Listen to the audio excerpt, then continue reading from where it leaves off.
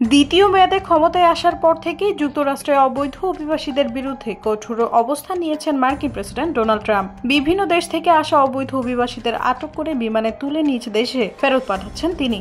এরই অংশ হিসেবে ফেরত পাঠানো হচ্ছে অনেক ভারতীয়কেও। ইতোমধ্যে অবৈধভাবে যুক্তরাষ্ট্রে অবস্থান করা ব্যক্তিদের নিয়ে দুটি বিমান ভারতে এসেছে।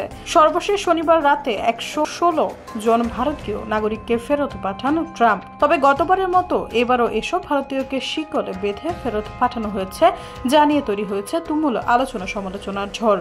ভারতীয় সংবাদ মাধ্যম আনন্দবাজার জানিয়েছেন, শনিবার রাতে দ্বিতীয় দফায় অবৈধ অভিবাসীদের ভারতে ফেরত পাঠিয়েছে আমেরিকা। তবে হা করা শিকল বিতর্ক এবারও পিছু ছাড়ল না। আমেরিকা থেকে ফেরা এক অবৈধবাসী দাবি করেছেন তাদের হাত করা পরিয়েই বিমানে নিয়ে আসা হয়েছে। শুধু তাই নয়, ওই অবৈধ অভিবাসী দাবি করেছেন তাদের পায়েও শিকল পরানো হয়েছিল।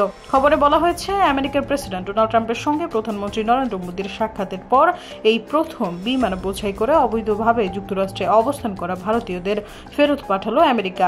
এর আগে গত 5 ফেব্রুয়ারি ট্রাম্পের পাঠানো সামরিক বিমানে ভারতীয় অবৈধ অভিবাসীদের হাত করা পরিয়ে শিকলে বেঁধে নিয়ে আসা হয়েছিল। তা নিয়ে বিতর্ক কম হয়নি। ধারণা করা হচ্ছিল, মোদীর আমেরিকা সফর করে আসার পর এবার হয়তো এমন অপমানজনক কিছু ঘটবে না, কিন্তু এবারও তাদের একইভাবে ফেরত পাঠানো হলো। এইভাবে কেন অবৈধ অভিবাসীদের ফেরত পাঠাচ্ছে আমেরিকা, তা নিয়ে প্রশ্ন উঠেছে ভারতের সংসদে। বিতর্কের আবহে দুদিনের আমেরিকা সফরে যান মোদী। ট্রাম্পের সঙ্গে বৈঠক করেন হোয়াইট হাউসে। দুই রাষ্ট্রনেতার বৈঠকের পর দ্বিতীয় দফায় অবৈধ ভারতীয়দের কি অবস্থায় ফেরানো হয় সেদিকে কৌতূহলী নজর ছিল সবার। সংবাদ মাধ্যমটিও আরো বলেছে, এটি